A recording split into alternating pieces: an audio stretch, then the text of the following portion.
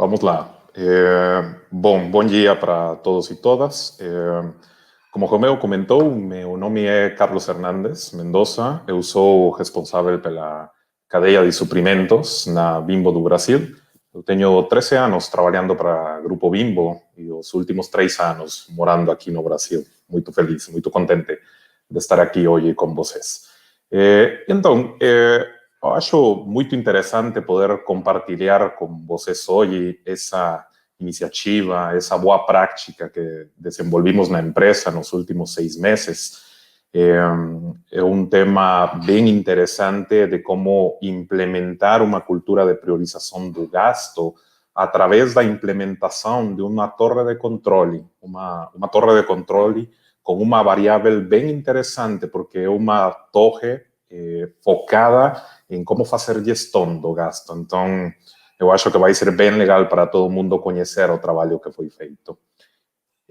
Para iniciar um pouco, eu gostaria de compartilhar com vocês um pouco da empresa, do que fazemos aqui no Brasil, como estamos estruturados e como funciona o Grupo Bimbo no mundo. Vamos iniciar, então, compartilhando com todos vocês. Grupo Bimbo é uma empresa que nasce no México no ano de 1945. Desde então, já temos mais de 70 anos trabalhando em diferentes países e temos nos convertido em o líder do mercado de pães em todo o mundo. Desde que nasceu, o Grupo Bimbo nasce como uma empresa familiar, porém, nos últimos anos, temos virado a já estar nas bolsas de valores e ter ações para compra e venda no mercado. Falando um pouco de como tem sido a nossa expansão, Grupo Bimbo hoje tem participação em 32 países, são 4 continentes onde hoje estamos presentes e, basicamente, somos mais de 140.000 colaboradores que fazemos hoje parte desta grande empresa. Temos mais de 200 plantas de produção, onde fazemos todos os nossos produtos ao longo do mundo. E são mais de 100 marcas que temos no portfólio. Essas 100 marcas constituem um pouco mais de 13.000 produtos que enviamos todos os dias para as mesas dos nossos consumidores. E todas essas fábricas enviam os produtos através de 1.800 centros de distribuição que temos espalhados pelo mundo. É uma malha de distribuição muito dinâmica, muito complexa, para fazer chegar esse produto que tem um shelf life curto para todas as mesas de todos os nossos consumidores. Agora, falando um pouco de como estamos estruturados na Bimbo aqui no Brasil, bom, de aqueles 140.000 colaboradores que temos no mundo, mais de 4.000, e para ser exatos, já estamos em 4.500 colaboradores, trabalhamos nessa equipe aqui no Brasil para fazer todos esses produtos chegar para todo mundo. Temos um atendimento de mais de 70.000 clientes em todo o país, que são atendidos pelas mais de 1.700 rotas de distribuição secundária que temos nos diferentes estados do Brasil. Nossa malha de produção foi feita ou foi desenhada com 6 fábricas que hoje temos concentradas em 5 estados. São esses pontos amarelos que vocês conseguem ver no mapa. Temos uma concentração grande em São Paulo com 2 fábricas, temos outra no Rio, outra no Distrito Federal e nas pontas temos 2 fábricas mais, uma em Nordeste e outra na Regional Sul. E essas 6 fábricas abastecem 35 centros de distribuição, que são esses pontinhos azuis que vocês veem no mapa, que estão espalhados pelo Brasil inteiro para poder fazer que todos os nossos produtos cheguem para todos os consumidores. Falando um pouco da trajetória das marcas, algo muito interessante de como foi desenvolvido ao longo do tempo aqui no Brasil, Bimbo no Brasil chega aqui no ano 2001, porém, nossas marcas são marcas de muita trajetória, muita tradição aqui no Brasil. Iniciamos com a marca Plus Vita na década de 1930. Depois temos a marca Pullman, que nasce no ano de 1953. Temos Nutrela no ano 73, temos depois Ana Maria no ano de 1976. São marcas muito queridas pelo consumidor brasileiro. Foram marcas que foram adquiridas pela empresa e que têm sido desenvolvidas ao longo destes anos.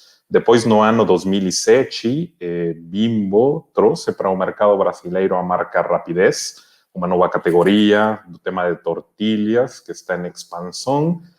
No ano 2010, lançamos a marca Crocantísimo. 2013, a marca Pingüinos com os pastéis. E, finalmente, no ano 2016, nosso último lançamento de sucesso, que foi a marca Artesano. E então, falando um pouco da iniciativa que eu gostaria de compartilhar com vocês, o Comitê de Escalada de Gastos, como chamamos aqui internamente. O Comitê de Escalada de Gastos, como eu comentava, é uma iniciativa que nasce há alguns meses. Eu acho que temos 7 ou 8 meses de ter implementado, e é uma coisa bem interessante, porque nasce com dois objetivos. Primeiro, o tema de tentar que tenhamos uma cultura de priorização do gasto, algo que é bem difícil, e eu vou comentar mais pela frente, como foi feito e o trabalho necessário para conseguir atingir essa meta. E segundo, obviamente, que está ligado, é o tema da evolução nas economias. Ao final, quando você implementa uma iniciativa deste tipo, invariavelmente tem uma redução de custo associada que é muito boa para a empresa. Então, como funciona o Comitê de Escalada de Gastos? Temos uma reunião semanal estruturada que revisa todas as novas requisições que chegam. Mais pela frente eu vou comentar um pouco mais no detalhe como deve ser feita essa reunião e quais são os participantes que temos dentro dela. Para cada solicitação de compra, o comitê pode aprovar, cancelar, atrasar ou aprovar com redução. É bem interessante porque existem várias formas, vários jeitos de como o comitê trabalha e como o comitê consigue gerar essas economias para a empresa. E o ponto número 3, bem interessante e bem relevante, é que as pessoas que participam do comitê devem ter uma viés de cancelamento de requisições. Por quê? No momento que esse comitê foi implementado, a ideia era poder criar essa cultura e, além disso, poder ter uma redução importante nos gastos da empresa. Então, todas as pessoas que participamos ativamente desse comitê, temos que estar com esse viés de cancelar as ordens que cheguem. E não porque as ordens ou as requisições de compra não sejam importantes. Porém, é interessante que no momento que estemos trabalhando cada uma das requisições, realmente façamos os questionamentos se essa requisição deveria continuar. Então, um pouco aqui da direita, vocês podem ver os objetivos que já tínhamos falado, o tema da conscientização dos gastos, identificar padrões de demanda, eu vou falar para que isso é importante, e criar novas iniciativas de melhorias de gasto e de processo. Vamos seguir por acá. Então, por que é relevante? Encontramos 5 pontos muito interessantes de por que seria bom implementar um comitê de escalada de gasto ou uma Spending Control Tower nas empresas hoje. Número 1, visibilidade dos gastos. Neste caso, o que procuramos no comitê é ter uma visibilidade em tempo real de quais são os gastos que cada uma das áreas querem fazer. E é bem importante anotar de que antes de que a ordem de compra seja gerada e seja enviada para o fornecedor, nós temos um processo prévio onde é criada uma requisição da compra. E isso para quê? Isso vai nos permitir que no momento que essa requisição de compra chegue, nós podamos avaliar a necessidade do gasto e entender se realmente vamos aprovar, vamos cancelar ou se vamos fazer algo diferente com essa requisição. Já se a requisição é aprovada, então a requisição vira uma ordem de compra e ela pode ser enviada aos nossos fornecedores. Caso a requisição seja cancelada, ela não sigue mais no fluxo e isso é considerado como uma economia dentro da iniciativa. Então, por isso, a visibilidade dos gastos é uma premissa fundamental deste processo. Ponto número 2, temos a melhoria de processos. Melhoria na transparência da caixa que temos e na implementação de controles rigorosos e ajuste de políticas. Por quê? Porque cada vez de que colocamos o comitê em funcionamento, entendimos de que os ganhos que tínhamos na transparência do que tinha que ser comprado ou das necessidades da área, virou um tema de melhoria contínua bem interessante para melhorar os nossos processos. Número 3, que eu acho que é o mais importante de todo esse trabalho que foi feito, a consciência dos gastos. Por quê? O grande objetivo de implementar esse comitê de escalada de gastos é fortalecer as mentalidades e comportamentos dos nossos compradores. Hoje, para que vocês façam uma ideia, na empresa nós temos uma área de compras, temos algumas compras que são centralizadas, a grande maioria delas, porém temos algumas outras que ainda são feitas de um jeito descentralizado em cada uma das áreas da empresa. E para poder controlar esses gastos resulta muito complexo. São muitas ordens de compra que chegariam todos os dias. Então, uma das grandes oportunidades foi criar essa consciência nos gastos, que os compradores entenderam qual é a real necessidade de fazer esse gasto nesse preciso momento e, baseado nisso, fortalecer essa cultura na empresa. Número 4, nivelamento dos critérios de aprovação. Aqui é muito importante os questionamentos que são feitos, os treinamentos que são feitos para todos os compradores, para poder nivelar e que todo mundo tivesse o mesmo patamar em quanto à geração das requisições e quais poderiam ou não ser aprovadas. Fizemos um trabalho muito grande para treinar a todos esses compradores e que todos tivéssemos o mesmo nível dos critérios que teriam para aprovações. E número 5, como falamos, muito importante também, o tema das economias, que quando vocês fazem todo esse trabalho enumerado nos 4 primeiros pontos, vocês vão encontrar que vamos ter um processo ligado. Finalmente, os savings, as economias que cada uma dessas iniciativas vai trazer, é uma coisa que acontece de fato quando vocês implementam o comitê de escalada de gastos. Mais pela frente, eu vou comentar um pouco de como foi essa economia já na vida real, na nossa empresa.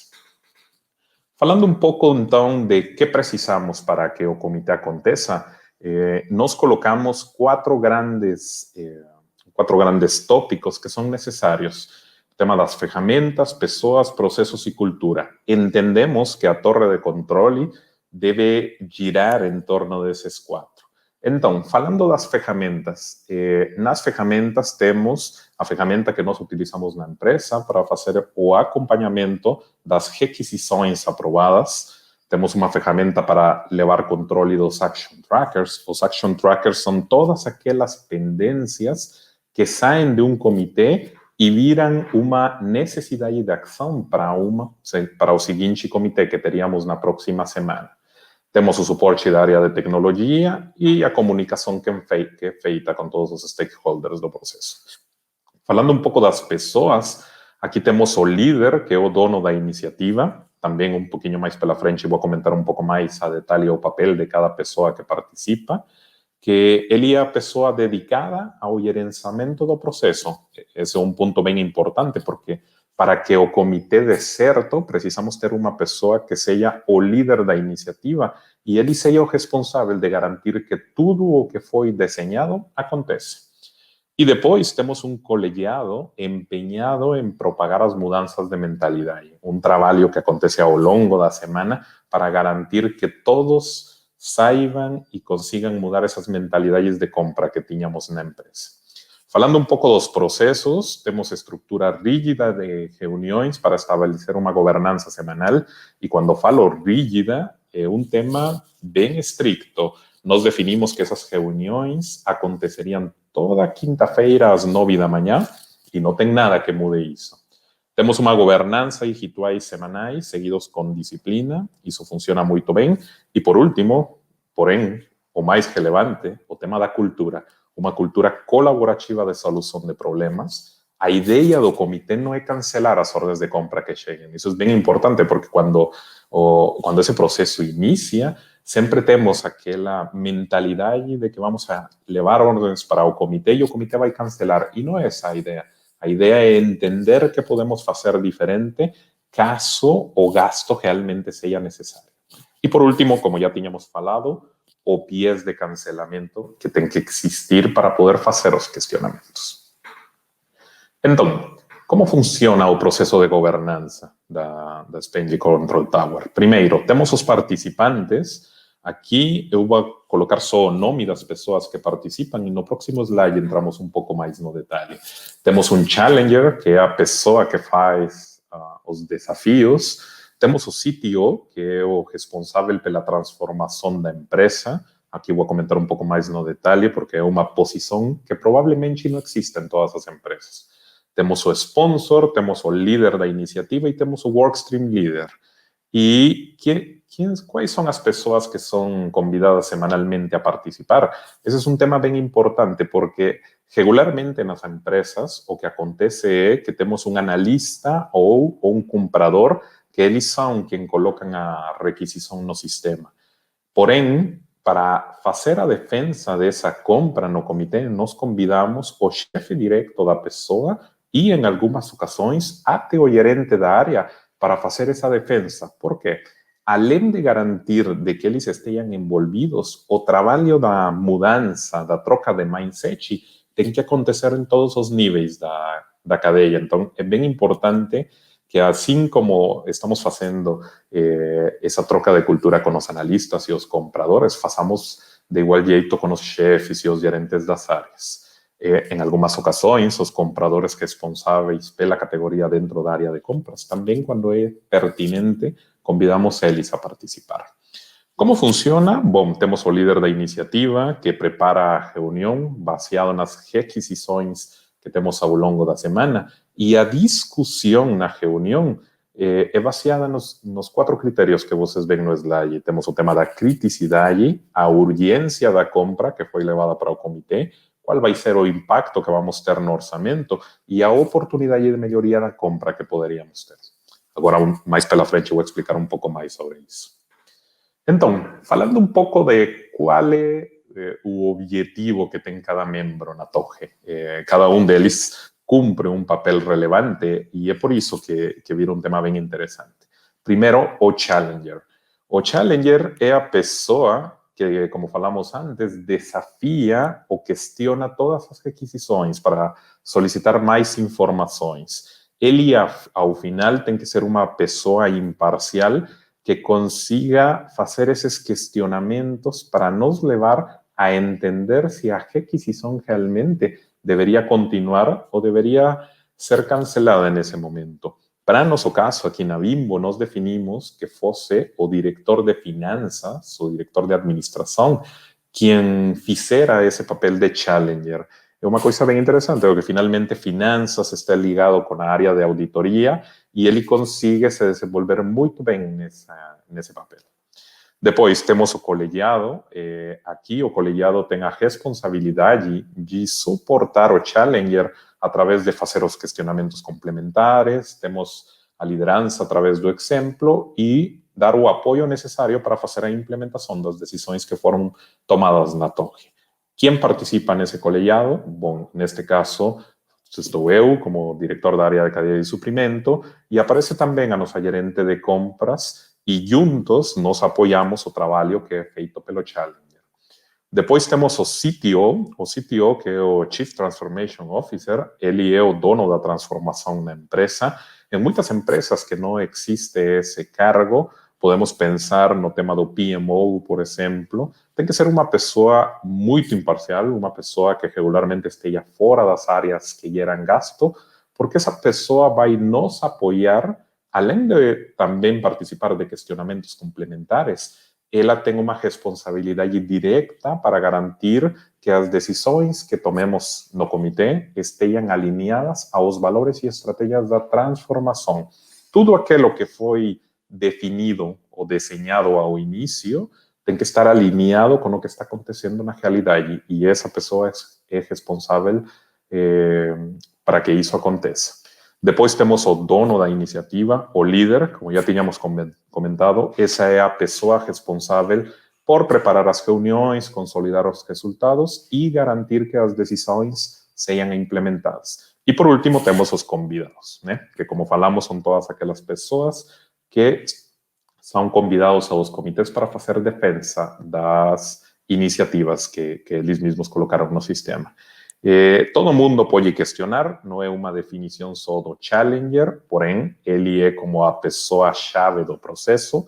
A decisão final, isso é um ponto importante, todas as decisões das requisições, seja cancelamento, seja aprovação, ou seja para adiar, para fazer o gasto depois, são universais. O que significa isso? Que não tem aquele tema de, mas então eu vou com o meu diretor para ver se com ele consigo aprovar porque o comitê cancelou.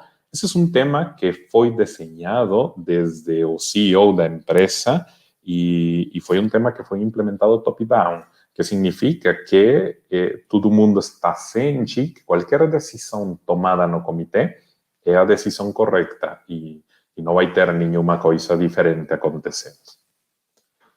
Sigamos, então, um ponto importante são os questionamentos que são feitos quando as requisições chegam. Eu coloquei aqui alguns deles, alguns muito interessantes, porque vocês vão ver que no momento que vocês implementem um comitê de escalada de gastos, vão encontrar muita coisa bem interessante, desde gastos que na vida vocês teriam enxergado que faziam na empresa, até algumas coisas que dá para fazer iniciativas de melhoria contínua e melhorar desse jeito o processo que está sendo questionado. Então, questionamentos típicos. Os gastos são estritamente necessários? Essa é a primeira pergunta que sempre é feita, mas tem algumas outras que conseguem questionar a fundo o gasto. Por exemplo, qual é a consequência se esse gasto for rejeitado? Tema bem interessante, mas quando vocês fazem essas perguntas nas primeiras oportunidades, as respostas, tem algumas que acontecem, caramba, será que acontece algo se o gasto realmente foi rejeitado, fosse rejeitado? Tem alguns casos onde encontramos de que não acontecia nada. O mesmo comprador que colocava a requisição falava, não vai acontecer nada diferente se não fazemos esse gasto neste momento. Qual é o dano operacional que teríamos se realmente esse gasto não fosse executado, né? Número 2, há necessidade de todo o escopo, quantidade, ou é possível fazer uma redução? Esse é muito interessante. Vou dar um exemplo para vocês.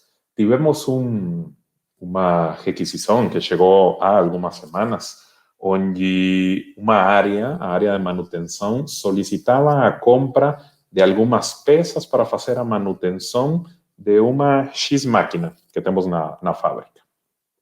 Ponto importante, quando empezamos a fazer os questionamentos era, bom, e quantas peças vamos comprar? Nesse momento, a requisição estava feita por 30 peças, precisavam de 30 unidades. Legal. Iniciou o tema no comitê, iniciamos os questionamentos e quando empezamos a entrar no detalhe, e olhem que dentro das pessoas que eu coloquei que fazem parte do comitê, não tínhamos nenhum experto na área de manutenção, né? E foi bem interessante, porque no momento que iniciamos os questionamentos foi, vamos lá, quantas unidades utiliza cada máquina que precisa essa manutenção? Quantas peças precisam ser trocadas? E ele comentou, bom, vamos precisar trocar 6 peças. Por cada manutenção são 6. Legal. E quantas máquinas precisam dessa manutenção? Ele comentou nesse momento que eram 2 máquinas as que precisavam. Perfeito. Isso significa que são 6 peças por máquina, por 2 máquinas, vão ser 12. Ele solicitou 30, tá?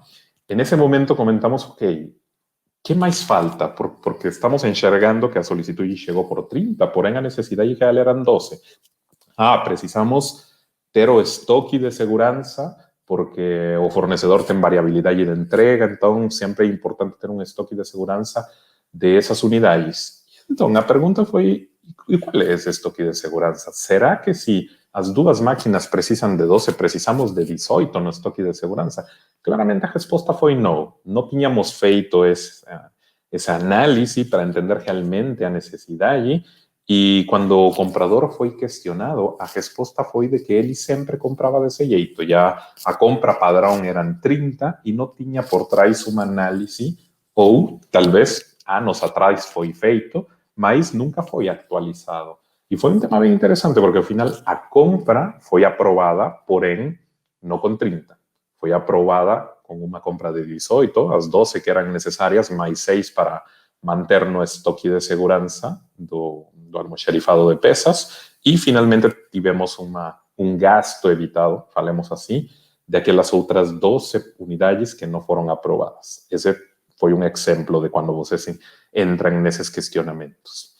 Depois, temos a pergunta número 3, pode ser adiada para o próximo ano? Esse é um tema bem interessante, porque muitas vezes chegam as requisições e os questionamentos são mais, será que realmente precisamos fazer essa compra neste momento? Será que dá para levar para frente e fazer de aqui a 6 meses, de aqui a 8 meses? E, aunque vocês não acreditem, é um tema importante, porque temos relacionado ao tema de fluxo de caixa, que no momento que vocês enviam uma compra para o frente, tem um ganho no working capital da empresa, né? E depois temos mais perguntas, mais questionamentos que fazemos. Por que não podemos fornecer o serviço de um jeito internamente? Somos capazes de compensar a redução de custo? Podemos compartilhar recursos? Enfim, muitos desses questionamentos, obviamente não todos são feitos para todas as requisições. O Challenger e o colegiado que está no comitê consigue escolher os questionamentos relevantes para cada uma dessas iniciativas. E do lado direito eu coloquei alguns dados necessários que pedimos para os convidados levar para o comitê e poder desse jeito analisar melhor o que acontece. Bom, aqui coloquei alguns adicionais, também já um pouco mais focados na parte de compras. Foi seguido o processo comercial de compras apropriado. Que significa isso? Que se a área de compras foi envolvida, que se temos as 3 cotações, como fala o procedimento. Podemos usar especificações diferentes. Esse é um tema importante também. Encontramos com que tínhamos algumas solicitudes que chegavam de preciso comprar algo de X marca. E quando você questiona, mas por que dessa marca? Será que não tem outra marca no mercado que consiga nos atender a necessidade? Sorpresa. Encontramos muita coisa positiva que deu para mudar algumas atitudes que tínhamos, porque finalmente não temos que esquecer que a ideia é mudar a mentalidade. Não é um tema de simplesmente deixar de gastar ou não gastar em coisas essenciais. Tem atitudes muito simples, como gastar melhor, gastar de um jeito inteligente. Então, coisas desse tipo foram feitas muitas e funcionam muito bem.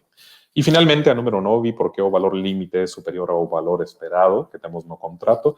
Também encontramos situações onde tínhamos requisições que chegavam com valores acima do que estava combinado nos contratos com os fornecedores. Então, pegamos muita coisa que deu para fazer um turnaround diferente no processo. Agora, falando um pouco no detalhe de como funciona uma semana típica do comitê, como vocês podem enxergar na tela, temos o input das requisições. Todos os compradores já sabem de que ao longo da semana eles vão colocar essas requisições de compra no sistema e na terça-feira, ao final do dia, nós fazemos o download da base de todas essas requisições que ingressaram a partir da quarta-feira até terça-feira da próxima semana, que é quando fazemos o download da base, né? Depois, na quarta, temos a preparação da reunião. Ali, nesse momento, de todas as requisições que pegamos, escolhemos quais vão participar, não participam todas, e enviamos essa agenda para todos os convidados para que eles se programem para participar. E na quinta, como falamos, às 9 da manhã, acontece a reunião da torre, onde é 1 hora. É um ponto importante aqui. Essa reunião, quando iniciamos, iniciou de 2 a 3 horas, porque tínhamos muitas requisições. E ao longo do tempo, conforme fuimos criando uma cultura diferente, conseguimos diminuir esse tempo para que fosse possível trabalhar com uma só hora de reunião.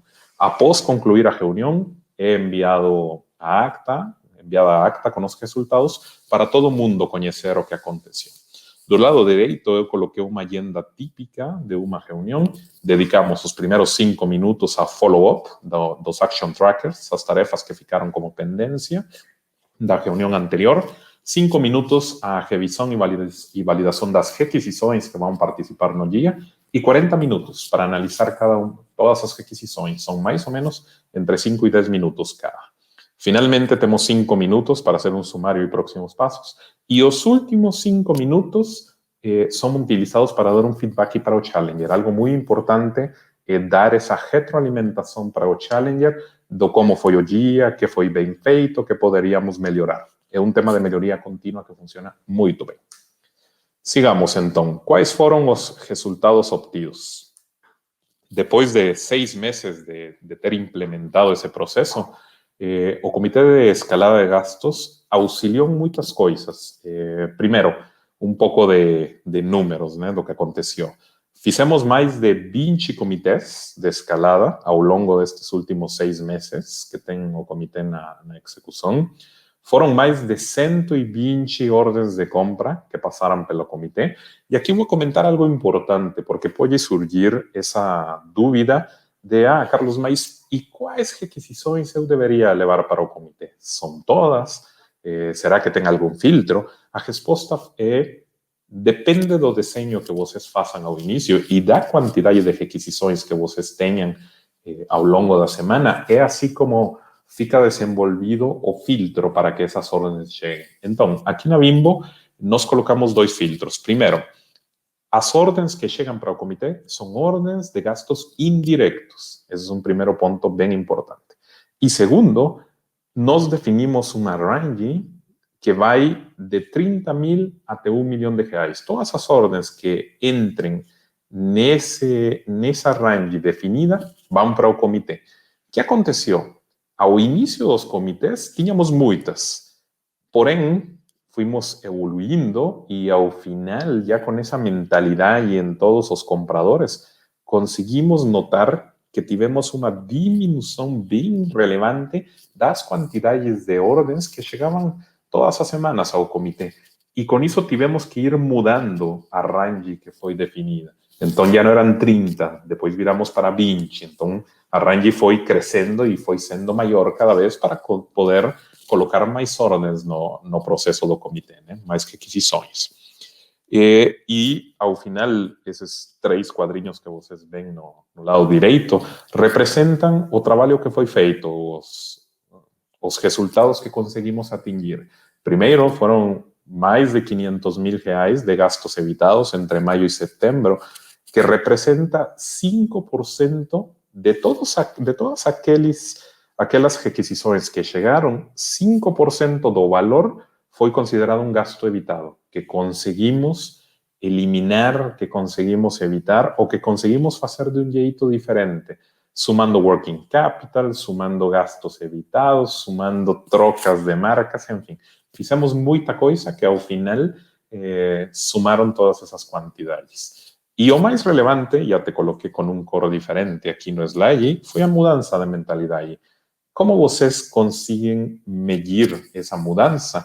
Bom, quando vocês implementem um comitê de escalada de gastos ou uma torre de controle de gastos, vocês vão ver, ao início, vocês vão ter muito gasto chegando, gasto que não tem defesa alguma, e conforme passe o tempo, vocês vão ver como isso vai ir diminuindo. Os compradores chegam já ao comitê com uma defesa bem feita, eles já sabem quais são os questionamentos, então muitos deles fazem esses questionamentos antes de chegar com a gente, e com isso eles mesmos sabem, esse gasto não vai ser aprovado, não vou levar para o comitê, e eles já não fazem. Então, é uma mudança de mentalidade muito legal que acontece na empresa. Além disso, eu gostaria de compartilhar com vocês os principais aprendizados que tivemos, que gerou um tema de melhoria contínua na implementação da iniciativa. Primeiro, foi necessário fazer um reforço da comunicação para toda a empresa. É um tema bem importante. Caso essa comunicação não aconteça, vai ser muito difícil que o comitê funcione e que as pessoas se enxerguem ao comitê como algo relevante para que o fluxo de aprovação de gastos aconteça. Então, fizemos um trabalho de comunicação muito forte, treinamentos para todo mundo, comunicações do CEO, dos diretores da empresa, falando da importância e a relevância que tem o comitê hoje para o negócio. Número 2, revisão dos ranges, das requisições, à medida que o processo vai se estabilizando. Foi o que comentamos no slide anterior. Claramente temos que revisar ou rever esse processo ou desenho do comitê. Eu acho que cada 2, cada 3 meses, para ir melhorando e ir ajustando as políticas que foram definidas. Número 3, criação de KPIs de acompanhamento desde o início do processo para dar visibilidade do benefício e dos ganhos que tivemos. Esse foi um aprendizado desde que iniciamos, colocamos uma visibilidade completa em todos os ganhos que nos traçamos para atingir e cada semana damos seguimento para poder atingir essas metas. E por último, ter uma política de consequência clara e bem comunicada para os casos de desvio. Invariavelmente, quando vocês iniciam com um processo deste tipo, vão ter desvios. E para isso é importante ter uma política de que fazer caso algum desses desvios aconteçam para evitar que tenhamos isso mesmo pela frente. Basicamente, esse foi assim como foi desenhado o Comitê de Escalada de Gastos.